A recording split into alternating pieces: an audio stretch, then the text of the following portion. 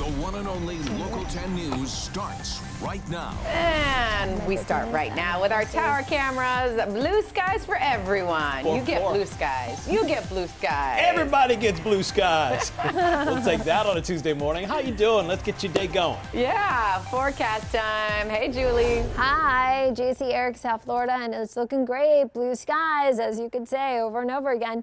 No complaints from the weather department, though we're noticing some fair weather clouds out there. I don't want you to be alarmed. They're not going to do anything. They just look pretty and puffy. Now we have temperatures that finally got into the 80s, so we are going to be seeing some darker skies this afternoon only across some isolated inland areas. Highs will be in the upper 80s. Feels like temperatures will be well into the 90s. Now we do have some scattered storms across parts of the upper Keys, and they're just very isolated. Really, we've dried out nicely since the sun has risen in Broward and Miami-Dade. Let's go to the tropical update.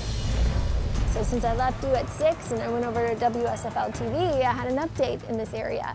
What updated? Well, we're no longer tracking the disturbance. It's a tropical wave over the Lesser Antilles for tropical cyclone development. But the National Hurricane Center is still watching this right over Hispaniola. I have to tell you, it's really not impressive. Upper level winds are continuing to shear this wave apart.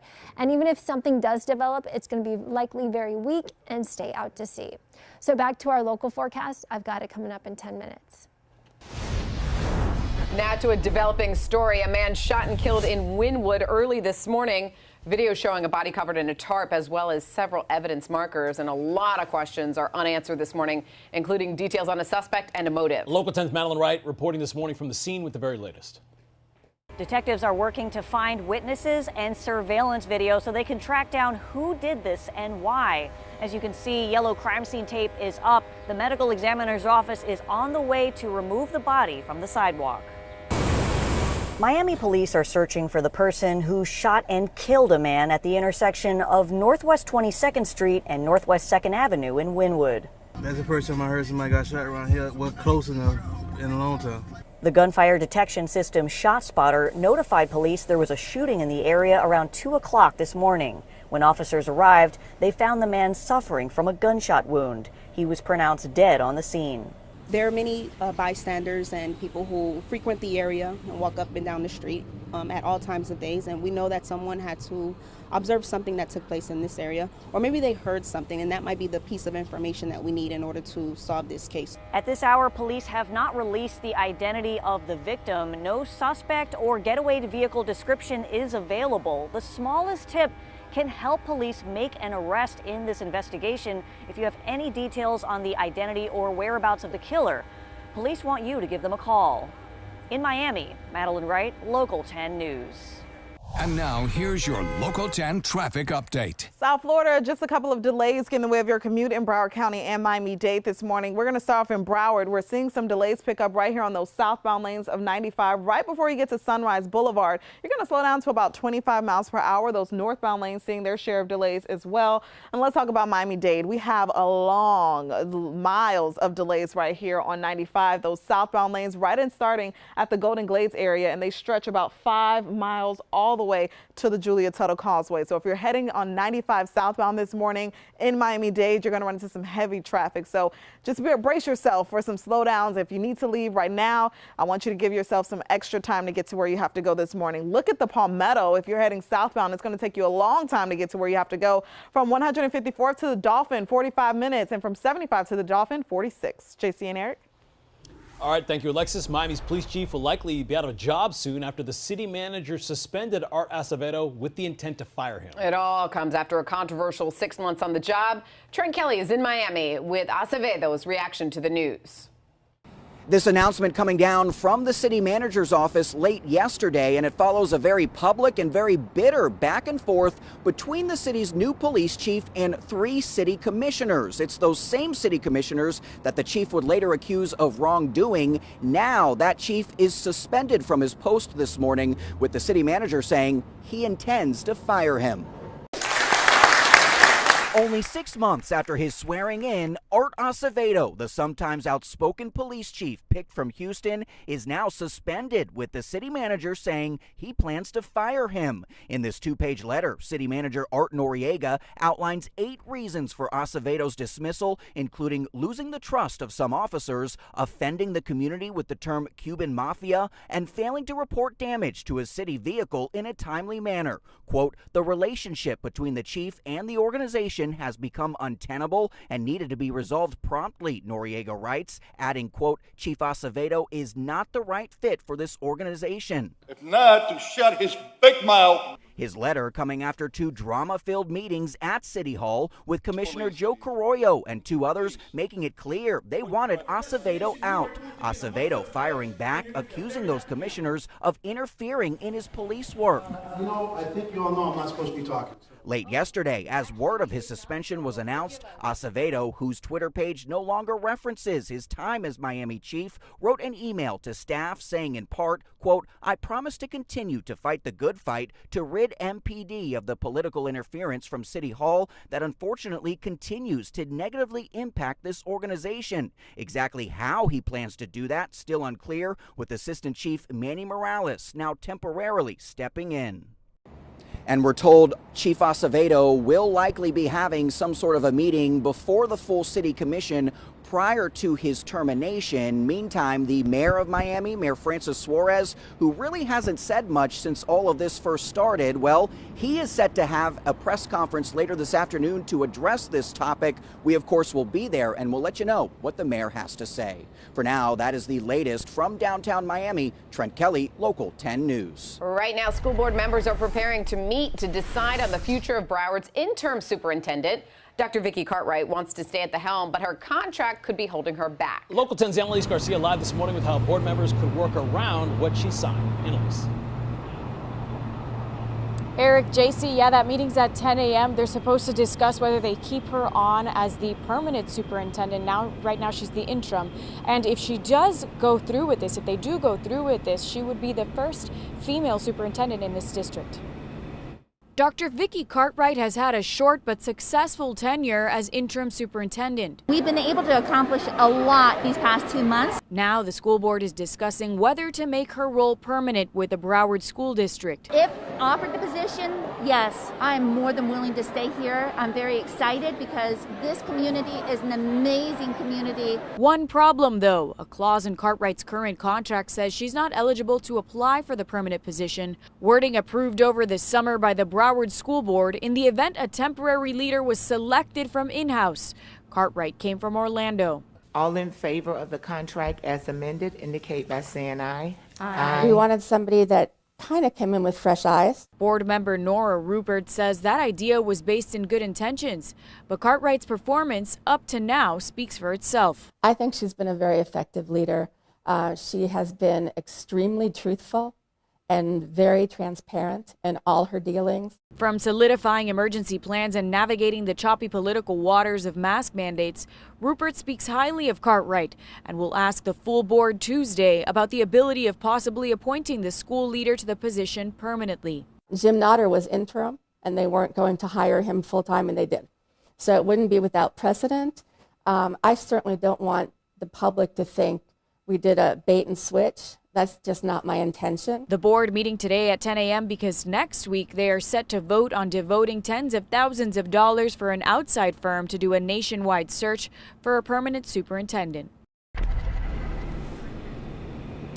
But by appointing her, they would be avoiding spending all of those tens of thousands of dollars. Now, also having her, appointing her versus applying her is a way to go around that legal jargon in her contract. I'm live in Fort Lauderdale. Annalise Garcia, Local 10 News. Former Miami judge arrested after police say he pulled a gun on a neighbor in Coral Gables. 51-year-old Miguel Maribal is now being charged with aggravated assault with a firearm. Police say he pointed the gun at the neighbor during an argument at an apartment complex. Maribal resigned from the bench in April after misconduct allegations. What happened to Gabby Petito? Today, we may finally get some answers about how the 22-year-old Florida woman died. The Teton County coroner poised to release the results of her autopsy about noon today. Local 10's Andrea Martinez in the newsroom this morning with more on what the officials could reveal, and the search continues for her boyfriend, Brian Laundrie. That's right. As we've reported, Laundrie remains a person of interest in Gabby's disappearance. But after allegedly going for a hike at the Carlton Reserve nearly a month ago, Laundrie is still nowhere to be found. And Gabby's family thinks he has all the answers regarding her death if police can find him. I knew she was gone. As a mom, I knew she was gone. Gabby Petito was found dead in Teton County, Wyoming last month. The FBI said the manner of death is homicide. But how? It's a question the coroner may answer today when he shares the results of Petito's autopsy. But other answers might not come until police find her fiance, Brian Laundrie, who returned home to Florida from their cross-country trip without her more than a week before she was reported missing. Then he went missing too. Laundrie's parents say he told them he was going to a Florida nature reserve. Police say they'd been monitoring him as best as they could before he vanished. But at that point, Laundrie hadn't been charged with anything. I mean, the guy goes for a walk in the Carlton Reserve. He's not wanted for a crime. I mean, what are we supposed to do? We're going to go tree to tree, following him back through the woods? I mean, you know, it just wasn't there with the information we had in this case. Now, Laundrie is the subject of a federal arrest warrant accusing him of using someone else's debit card. So if they find him, now they can take him in, but police say they haven't found any physical signs of him, and none of the tips from the public have panned out. He's the key to the puzzle. Yeah, what happened out there? You know, until they find him, we won't know. We believe he knows everything. Now, Gabby's remains were found in a Wyoming National Forest on September 19th, 8 days after her parents first reported her missing. While the coroner has already revealed that Gabby's death was considered a homicide, today we'll likely learn how she died. In the newsroom, Andrea Martinez, Local 10 News. Andrea, thank you. Now to a burglar caught on camera right here creeping around a home in Davie. Now officers are trying to track him down. That thief targeting a home in the middle of the day while a child and a housekeeper were still inside. It happened early last week at a home off of Southwest 61st Avenue. The homeowner believes that this home invader came in through the back door. Surveillance video shows him grab a pillowcase and then take it room to room, filling it with jewelry. But in the end, he got spooked after hearing the owner return home. He drops the loot, leaving empty-handed. If you recognize that man, you're asked to call Davie Police. Crime alert this morning. Woman opening fire at a cell phone store in Lauderhill after being fired from her job. She's accused of shooting her former boss. Police say these photos from the incident show Rachel Boisette holding and pointing a handgun. This happened Friday night at the Metro by T-Mobile store along West Oakland Park Boulevard. Boisette reportedly also tried shooting the victim through a bathroom door, but her gun malfunctioned. That victim was taken to the hospital for multiple gunshot wounds. The 27-year-old has been charged with attempted felony murder. She turned herself into police over the weekend. Well, only on Local 10, new surveillance video showing the moments after a violent encounter between two men right near a Miami gas station. We have the video here. An officer seen chasing after a man right outside that Chevron near Northwest 54th Street and 17th Avenue Sunday night. Two men were taken to Jackson Memorial Hospital. One suffered a gunshot wound. The other was stabbed about half a block away. Their conditions are still unknown this morning. Police believe an argument led up to the violence, but no arrests have been made. For the 6th week in a row, COVID cases have been on the decline here in the state of Florida. The state reporting fewer than 2,000 new infections in the latest 24-hour span. That is the lowest single-day number since July. Florida is investigating 120 companies and government agencies for potentially violating the state's ban on mandating COVID vaccines. Among the groups listed, Miami Marlins, Memorial Hospital West, the Plantation Police Department, Broward Center for the Performing Arts, and Carnival, Royal Caribbean, and Disney Cruise Lines.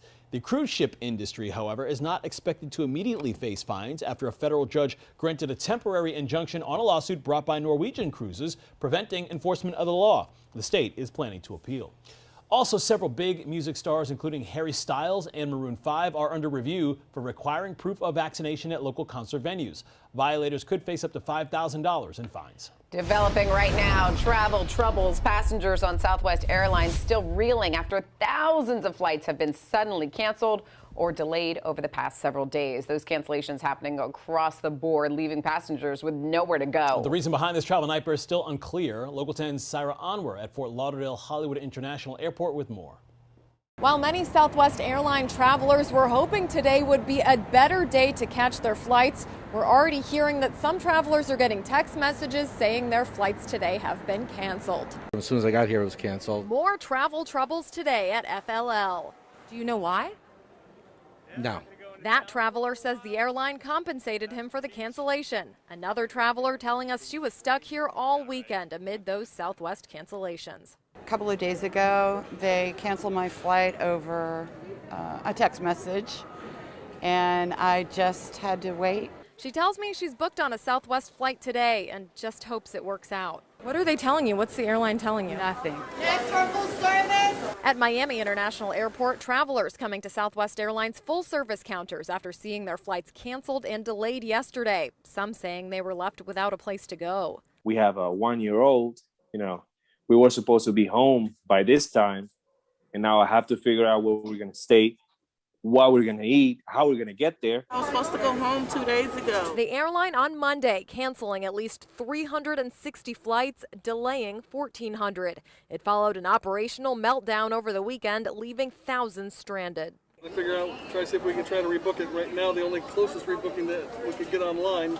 was for Wednesday morning. Southwest blaming the chaos on bad Florida weather, lack of personnel, and air traffic control issues. But the FAA says there was no staffing shortage reported since Friday. The airline sending out this statement apologizing. You have to wait 12 hours. Yeah. How does that feel? How do you think? Now, as we get more information on these delays and cancellations and disruptions, you can look for those updates by following me on social media, Facebook, Instagram, and Twitter at Syra WPLG. That is the latest from FLL. Syra Onwar, Local 10 News. In our nation's capital today, House members will vote to approve a short-term increase of the country's debt limit. The Senate passing the $480 billion increase last week. The House is expected to easily pass it so President Biden can quickly sign it into law. The increase makes sure the government will not default on any of its loans in December, when lawmakers will face this issue again. Treasury Secretary Janet Yellen warning a default would have caused a recession in the U.S. and created financial problems all around the world. Still ahead, a plane falling right out of the sky and into the middle of a California neighborhood. Residents shocked as that scene happened just outside their homes. I ran outside and I heard my neighbor yell, "A plane crashed." We'll tell you how they banded together, jumping into action before first responders could arrive. Those details coming up at 9:30. But first, accused of using homophobic and racist slurs, an NFL coach with a storied career now out of a job. The emails forcing Raider coach John Gruden to step down. And worse than we thought, the discouraging climate report that is set to come out today.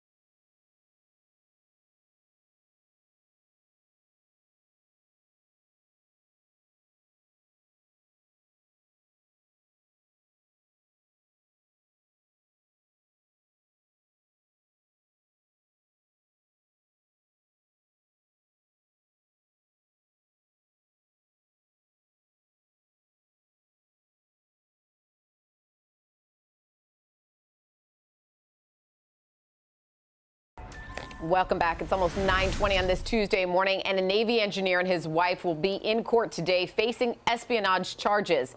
The FBI says Jonathan Tebbe and his wife Diana were caught trying to sell classified information to a foreign government. Agents say they attempted to sell nuclear secrets by smuggling memory cards in a peanut butter sandwich and a pack of gum. Prosecutors are asking that they remain locked up during the trial, calling them a flight risk and saying they could destroy evidence. Big news from the NFL. Las Vegas Raiders coach stepping down amid a growing controversy. John Gruden resigning overnight amid a scandal involving offensive language he used in previous emails. This resignation comes just hours after the New York Times reported Gruden used racist and misogynistic terms in numerous emails between 2010 and 2018. While working as an ESPN analyst, he reportedly called NFL Commissioner Roger Goodell a homophobic slur, also reportedly criticized the hiring of female referees and the drafting of a gay player. The Wall Street Journal reports Gruden used racist trope to describe DeMaurice Smith, the executive for the NFL Players Association. Gruden now acknowledging that his language, quote, went too far. I'm not a racist. I can't tell you how sick I am. I apologize again to D. Smith, but I feel good about who I am and what I've done my entire life. That soundbite from a couple of days ago. Gruden won a Super Bowl with the Buccaneers in 2003, was one of the highest paid coaches in the NFL. In 2018, he signed a 10-year, $100 million contract with the Raiders. Strong winds are gusting across the state of California, fueling wildfires and threatening the power grid in some areas. And it also affected that playoff game between the San Francisco Giants and the Los Angeles Dodgers, with gusts up to 45 miles per hour. In Dodger Stadium, the wind blew over LA pitcher Max Scherzer in the middle of his windup. That's a no-no. He says, whoa. No, and of course, every baseball, every hitter is thinking, I need some wind blowing out. Yeah, they want to go in the field. other direction. Take that ball. Exactly. Over the fence. Trying to pop fly into a home run. That's not a bad day. Right. Well, you know, I didn't mind it because I'm a Giants fan, so it was pretty funny to watch for the brief moment. One thing I can tell you, we don't have to deal with the winds here in South Florida. It is perfect weather for you to head to the beach or do any boating. I've been saying it since 4 a.m. if you've been watching, which I hope you haven't. I'm sure you've gone about your day to enjoy the wonderful conditions we've had in place. So if you're just joining us, that's my suggestion. Get outside before it gets too hot. We already now are in the 80s, though I have to tell you, we were in the mid 70s and low 70s for much of the morning. Finally getting into the 80s in Pembroke Pines, Hialeah, upper 70s in Homestead. One thing we're noticing is we went from dew points in the 60s, now well into the mid 70s to even upper 70s. So shift in the wind direction has occurred, and it is bringing us the heat and the humidity off the ocean. It also brought us a few showers by the upper Keys, but nothing widespread. Shower right there by Plantation Key, Lower Matacumbe Key. About to see this shower head towards Grassy Key. For you in the lower Keys, you're drying out nicely. Widening the view, all of this is stemming from a mid and upper level low disturbance we've been talking about since yesterday. It's just off our coastline. We have dry air filtering in on the left side of the system, but there's plenty of moisture on the right side. And what's going to happen is with a counterclockwise wind flow, yes, eventually this will be making its way into South Florida. So today we'll see the added influence of the sea breeze and the possibility of this moisture. That will linger till about Thursday. Then watch what happens. That low pushes to the south, high pressure builds from the north, and drier air moves in. Looking good for the weekend forecast. So if you're headed to the beach, doing any boating, there are no advisories for beachgoers and boaters. The bays will be at a light chop. Going to the 7-day forecast, we are going to keep that chance of showers around as we go into the middle and the end of the week. But then noticing I'm dropping the rain chances Friday, Saturday, and into Sunday as we will be feeling more comfortable. And by the way, we do end typically the rainy season by the 16th, which will be the end of this week. So we'll have to see what happens in those long range models. But it looks as though I'm dropping the rain chances, so we'll have to see what happens. All right, Surf City, USA, back open for business this morning. Huntington Beach reopening to visitors for the first time since the massive oil spill off the coast of Southern California. A pipeline broke, sending more than 25,000 gallons of crude oil into the water. Officials now say water quality tests reveal no detectable toxins. The beach has been off limits since October 2nd. And California's Department of Justice is now investigating that spill. The DOJ says it is working to assess whether the emergency could have been prevented or minimized. The state attorney general calls it an environmental disaster that will have far-reaching consequences. The Coast Guard says the anchor of a large ship, or possibly several, may have hit the pipeline, causing the break. New climate change report is due out today. It is expected to show the problem is more widespread than previously thought and that things are only getting worse. The study published in the journal Nature showing 85% of the global population already lives in areas experiencing climate change. 80% of the world also seeing changes in temperature and precipitation. And now here's your Local 10 traffic update. South Florida not looking bad out there at all on the roads in Broward County, at least. We're only seeing some delays on 95 in those southbound lanes right before you get to Sunrise Boulevard. That has been the case this morning, seeing some delays right here. So if you're heading southbound, no need for an alternative route, but I just want you to be mindful. If you're heading southbound, you're going to slow down quite a bit to about 35 miles per hour. And even we're seeing them last well past Sunrise Boulevard. Now, Miami-Dade, you have a completely different story. You're seeing some delays and you also have a crash in the way of your commute for those taking the Dolphin eastbound. Right before you get to 95, that's where that crash is, which is causing these slow speeds right there. Traffic basically at a standstill. Speeds coming in at 5 miles per hour, so traffic is barely moving there. If you are heading eastbound on the Dolphin, just be mindful of that. Once you get to 95, we also have some delays there as well. I want to give you a quick look at your drive times for those who are planning on taking the Palmetto instead. If you're heading southbound, it'll take you over 30 minutes to get to where you have to go this morning. JC and Eric? All right, thank you, Alexis. Letting go of gender bias. A popular kids toy making strides towards building a more inclusive brand. Coming up in our next half hour, the big changes coming for Lego and what inspired the company to make them.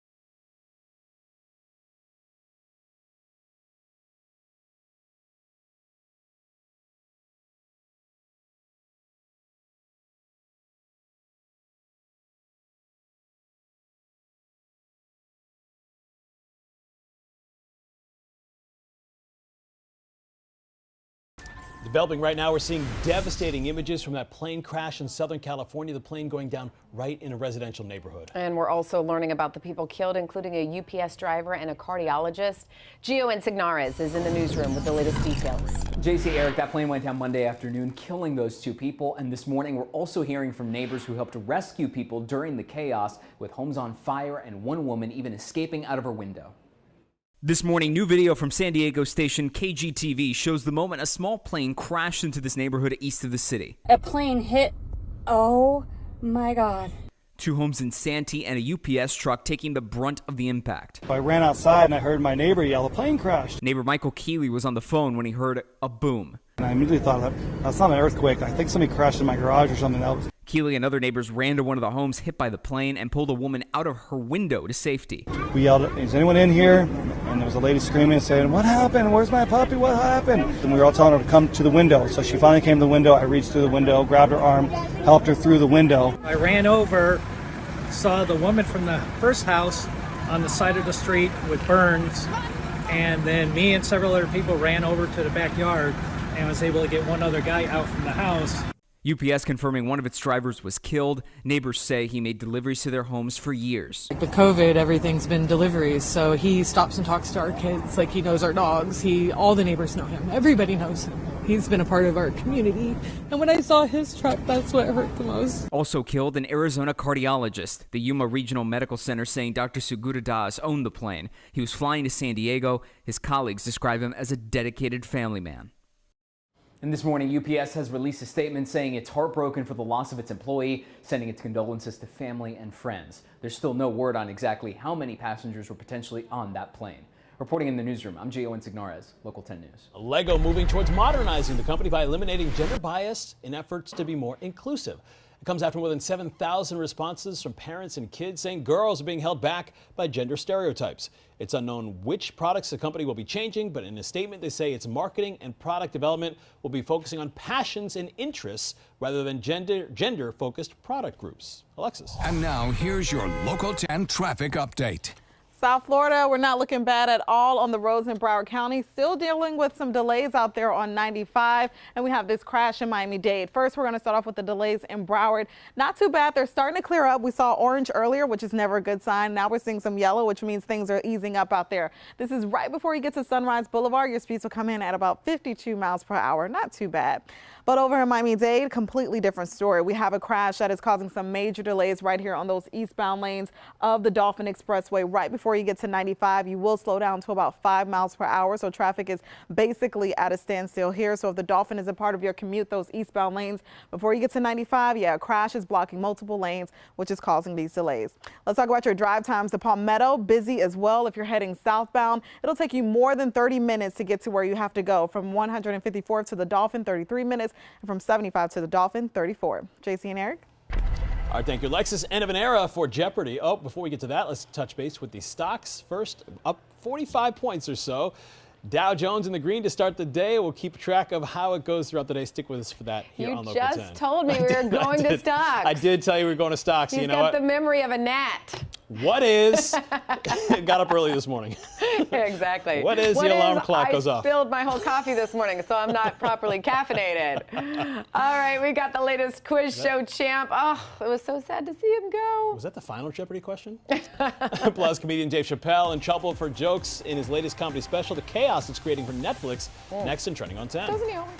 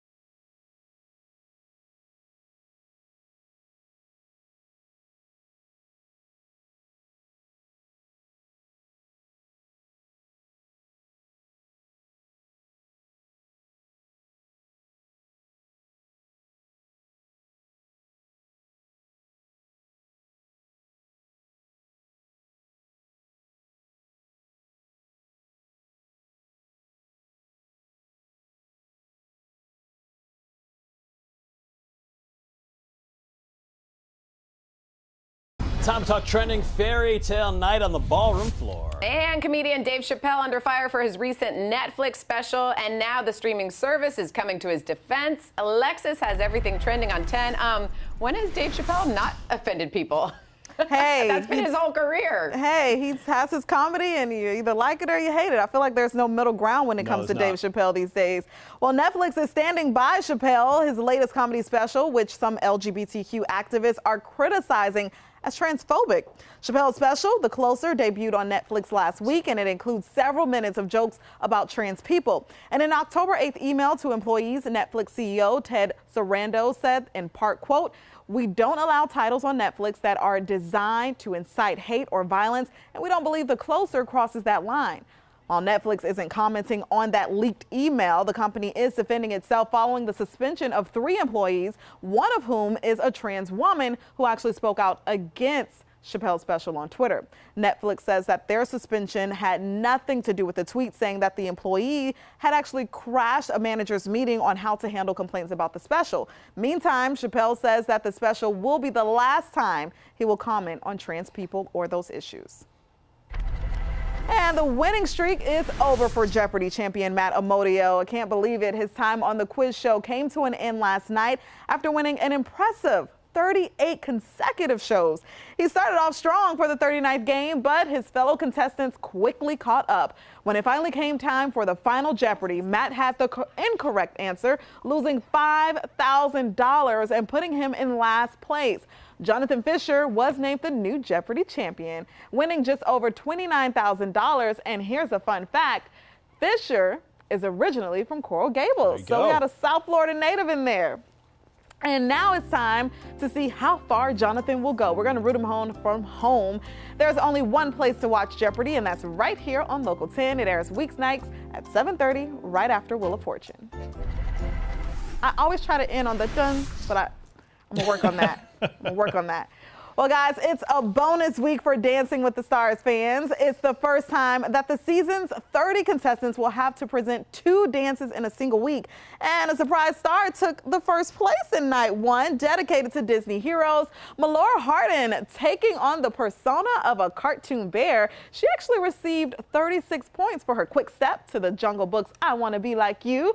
JoJo Siwa, she seems like the #1 contender right here, and Olivia Jade are tied for second place, both receiving a score of 35 points. And in true fairy tale fashion, the episode delivering a happily ever after moment with no one being eliminated. The star-studded cast returns, it turns wicked tonight with performances inspired by Disney villains. Ooh, this is sure to be fun. And you can tune in for the special episode of Dancing with the Stars at 8 tonight right here on Local 10. Do you guys have a favorite Disney villain? Oh, that's a good question. It's really hard to pick a favorite Disney some really good villain. ones. I'm going to just say Maleficent since she's like out there. No, it's Scar. Classic. It's Scar for me. Scar, yeah, Scar. I'll take Maleficent because I love Angelina Jolie in that part. Yeah, she's she did great. Cruella de Vil or Gaston, maybe. He's just so full of himself. Kind of funny. Cruella. You know? There you go. All right, thanks, Alexis. Time to wish a happy Tuesday morning to our Instavan of the day. It's Joanna Palmer. Looking gorgeous, girl. Thanks for watching Local 10. Tell everybody you know to follow us on IG, and maybe they'll see their picture tomorrow. It's almost 9:40, 81 degrees. We'll be right back with Julie's forecast.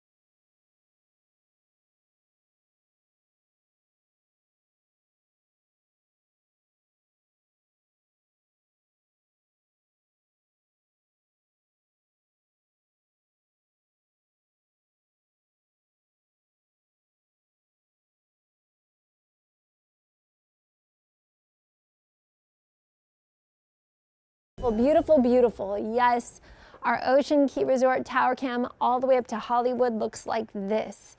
Get outside and enjoy. It is getting busy, which I like to see because that means you're taking advantage of this fantastic forecast out there. Here's our Miami Tower Cam with blue skies and dry conditions. Temperatures warming up, but you know what? This is a good warmth for us because typically these are the temperatures we'd be feeling at 8 o'clock in the morning, not at 9:43. So it is nice. So we have the lower 80s, Miami, Fort Lauderdale, Key West. Inland, we have 80 degrees as well for Pembroke Pines. Still holding on to 79 degrees, noticing the winds fluctuating from the east-southeast to the north. Dew points, low to mid to upper 70s. This is a measurement of atmospheric moisture, and it's definitely warming up, so it's feeling a bit more muggy out there. That's helping support the showers that are by Isla Mirada, Grassy Key, and the upper Keys. There's plenty of rain just offshore, so I do have that 20% chance of showers right now in the forecast, and that trend will continue for much of the morning before the storms that do develop will push inland as a sea breeze moves in. Look at these storms. We have severe weather from the Great Lakes all the way down towards Texas, and we have been talking about snow for the last 24 hours. First, it started in California, which is great news because they need it.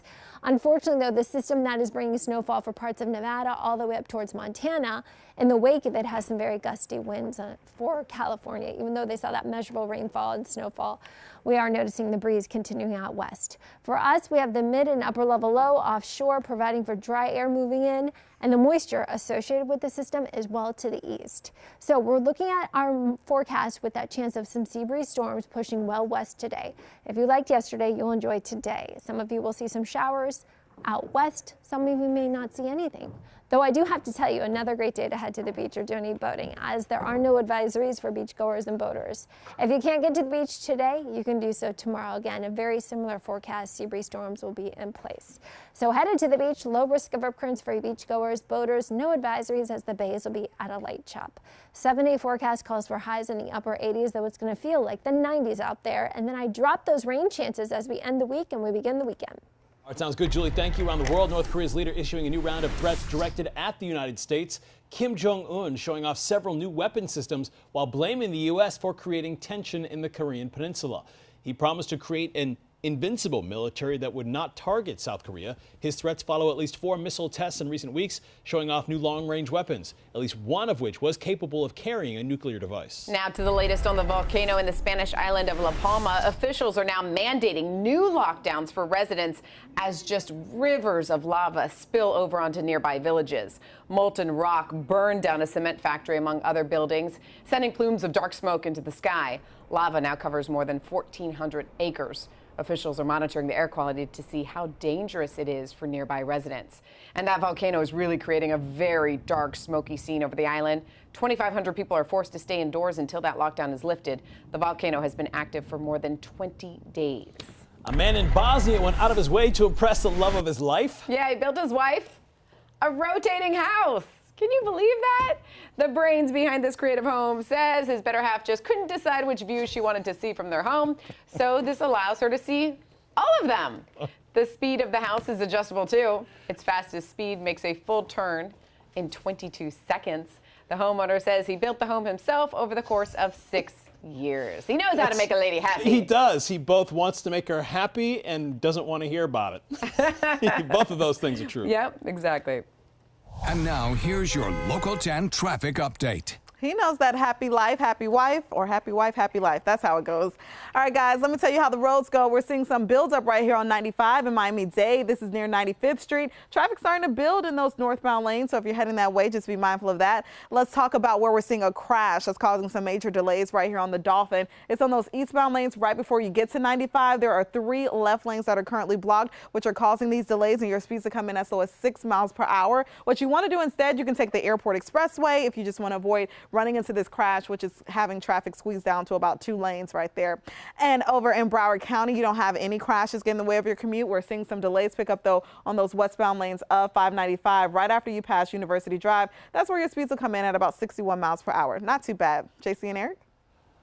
After the break, the Miami Heat finishing strong in Monday's game. The moves that scored them a win. Next in sports.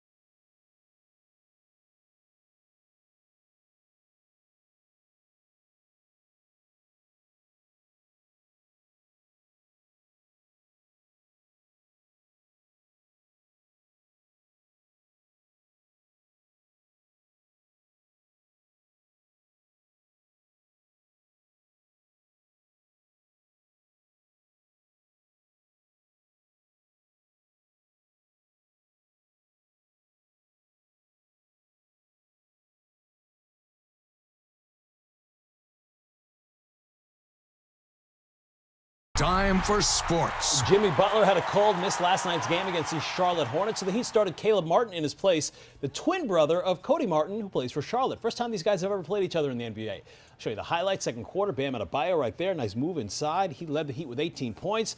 And giving it to this point guard, Kyle Lowry, also picks up a foul right there. He had 15 points, 5 assists. Heat down by 10 late in the fourth quarter. They come all the way back and down by 2. A wild sequence, couple of misses. Real close to the basket, ball goes out, and in the end it's Javonte Smart who's going to drive and not only tie the game, basket and a foul with a free throw puts the Heat up by 1. Last chance for Charlotte, and they get the defensive stop. Heat win this one 104-103. Fun night for everybody in the building. The young guys came in and they were really inspiring with their play, their energy, their passion. It was a lot of fun for everybody in the locker room and the fans. Hopes for a second consecutive trip to the World Series are dashed for the Tampa Bay Rays last night. The Boston Red Sox now bound for the ALCS after dominating in this latest series against the Rays. For the second straight night, the Sox celebrated a walk-off win as a packed Fenway Park erupted in deafening cheers. But the Rays are not walking away with nothing after setting a franchise record with 100 victories this season.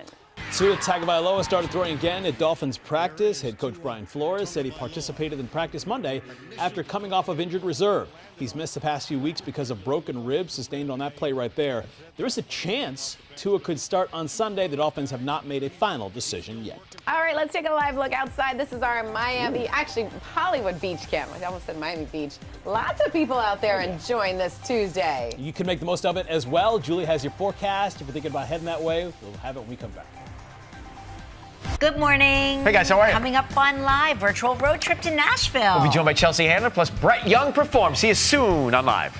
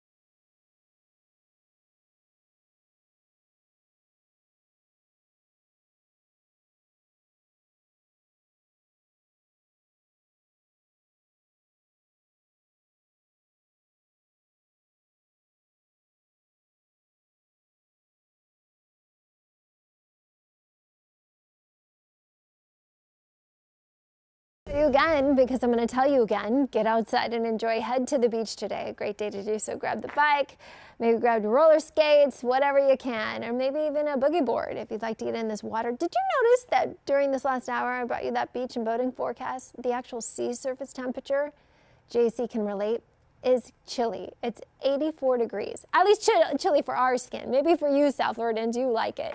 Anywhere you go, we've got blue skies and dry conditions. Temperatures right now in the low 80s. It'll warm up to the upper 80s, feeling like the 90s out there.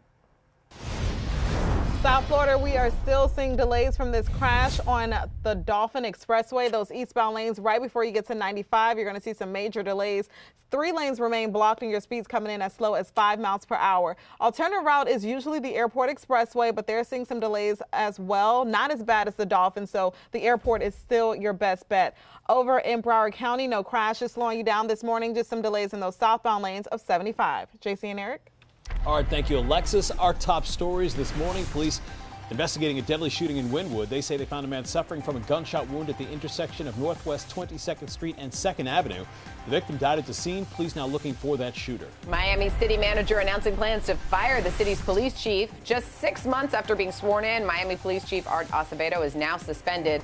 Loss of confidence and failure to obey orders are among a list of reasons cited. Late Monday, Acevedo wrote an email to staff saying, in part, quote, I promise to continue to fight the good fight to rid MPD of the political interference from City Hall that unfortunately continues to negatively impact this organization. Travel trouble continues for people flying with Southwest Airlines. At least 360 flights canceled on Monday. Another 1,400 were delayed. The airline blaming the chaos on bad weather in Florida, lack of personnel, and air traffic control issues. The FAA said there was no staffing shortage reported since Friday. Southwest shut down rumors that it was due to a pilot strike over a vaccine mandate.